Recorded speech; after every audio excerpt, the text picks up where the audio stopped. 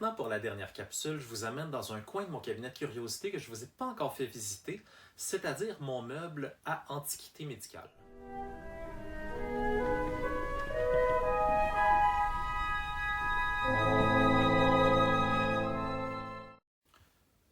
Alors, l'objet que j'ai choisi, il y en a sûrement parmi vous qui vont l'avoir reconnu, c'est une ancienne scie pour faire des amputations. Malheureusement, pendant des millénaires, l'amputation est le seul moyen de sauver une personne blessée. Si on pouvait se le permettre, on allait ensuite se procurer des prothèses. En général, on va penser aux jambes de bois ou aux crochets que les films de pirates ont rendus iconiques. Mais il existait des trucs plus sophistiqués.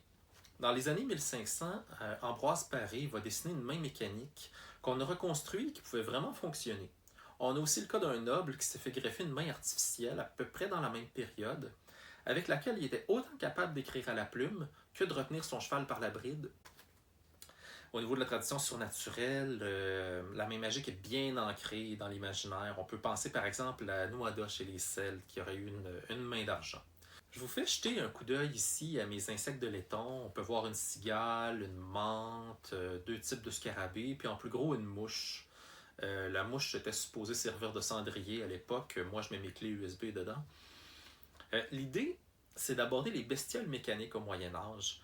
On a notamment le poète romain Virgile qui prend la réputation d'un sorcier mécanicien au Moyen Âge, puis on va attribuer une mouche en airain qu'il aurait fabriquée, capable de tuer les autres insectes nuisibles.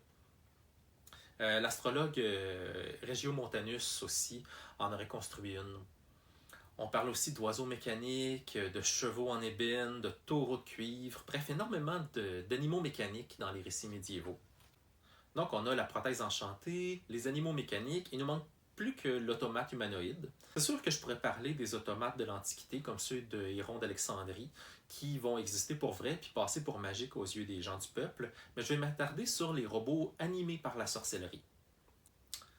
Virgile aurait conçu une dame d'airain qui contrôlait le vent, puis un archer en bronze qui empêchait le Vésuve d'entrer en éruption. On peut voir un géant mécanique dans le Tristan de Thomas. Vers 1130, le texte des prophéties de Merlin évoque des automates d'apparence humaine. Le très célèbre Lancelot du Lac lui-même va combattre des chevaliers en cuivre animés par magie. Donc, c'était un aperçu des machines surnaturelles que j'évoque dans le Solaris 237.